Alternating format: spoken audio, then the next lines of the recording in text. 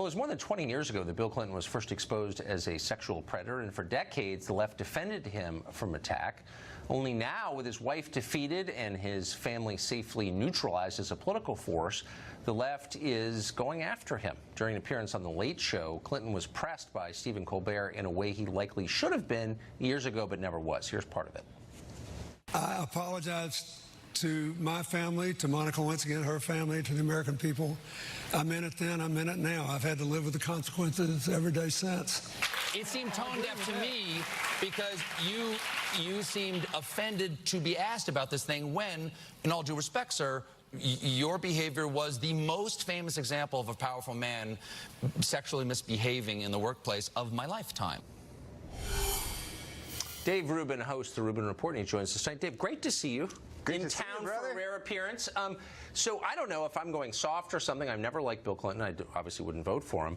Why do I suddenly feel sorry for him? Because he's this sort of old guy who's been cast aside by a party because he's no longer useful. That's my instinct. I don't know. Wow, that's weird. If you just suddenly went soft on Bill Clinton, I'm not exactly sure what I'm doing here on this Tucker Carlson show. He's disposable, and so they're attacking him now. Well, look, the left eats their own. I mean, this is exactly what I've been talking about on my show for the last couple of years. This might be a case where the left is supposed to eat their own, but they eat their own even when they're not supposed to eat their own.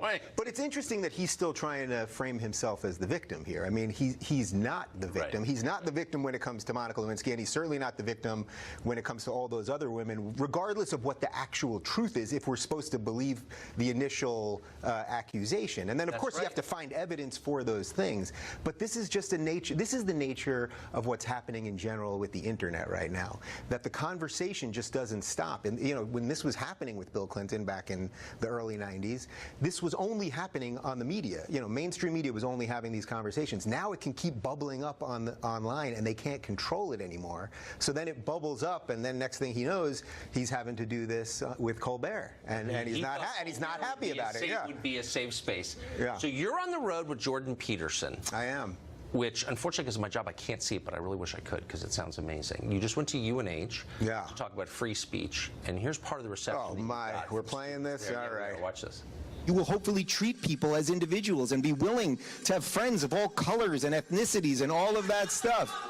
We are not the problem. We are not the problem. We are not the problem. You almost got it except for the word not. Can we try that one? Yeah. You know what? I'll give you a cookie if you can say something else. How about that? I got a whole tray of cookies back there. Hate speech does incite violence.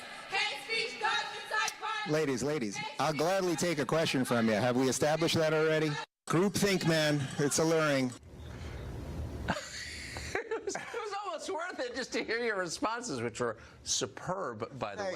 Thank you. They make it easy. But what was the complaint exactly? Well, first off, I want to clarify that when you see all those empty seats behind me, that is because it was supposed to be 300 people at the event on campus at University of New Hampshire, but then because of threats, they couldn't secure campus. That's what we were told. So they moved it to a 7,500 seat hockey rink. So then I'm standing there in front of 300 people. But basically, look, 250 of those kids came there to listen, and it was with Turning Point USA, which is a conservative college organization. I go up there, I talk about being gay married, and I talk about being pro-choice and against the death penalty, and a whole bunch of stuff that conservatives shouldn't like, right, that we could debate all day long. Yes. And they're happy to have me there.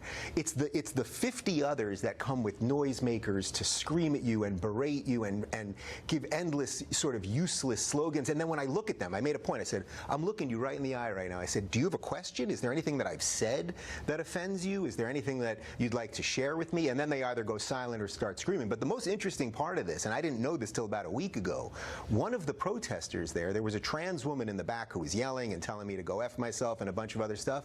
It turns out she's a gender studies professor at the university. So you literally have university professors from gender studies, if we want to consider that a real discipline or not. We literally have them showing up to silent speakers on college campuses, and that's actually okay these days. That's how crazy it is. Did you ever get to the I mean, they're obviously unhappy people, But did you get to the core complaint? Like, what There do is they no want core. you to do? There's nothing you want. They want you to bow forever. That's it. They want you to bow. They're not there to listen. They're not there. They want you to bow and listen to them. They're not there to have the exchange of free speech. I mean, I made it so clear. If your audience is welcome to watch the whole video, it's about 2 hours. It's on my YouTube channel, and it's like we put that up. I didn't even want to put it up. We put it up only because I saw people selectively editing it and making it seem like I was shutting them down. And it's, come on. They want you to bow. They want you to bow. Dave Don't Rubin bow. On the road with Jordan Peterson. Thank you, Dave. Great. Thanks, my friend.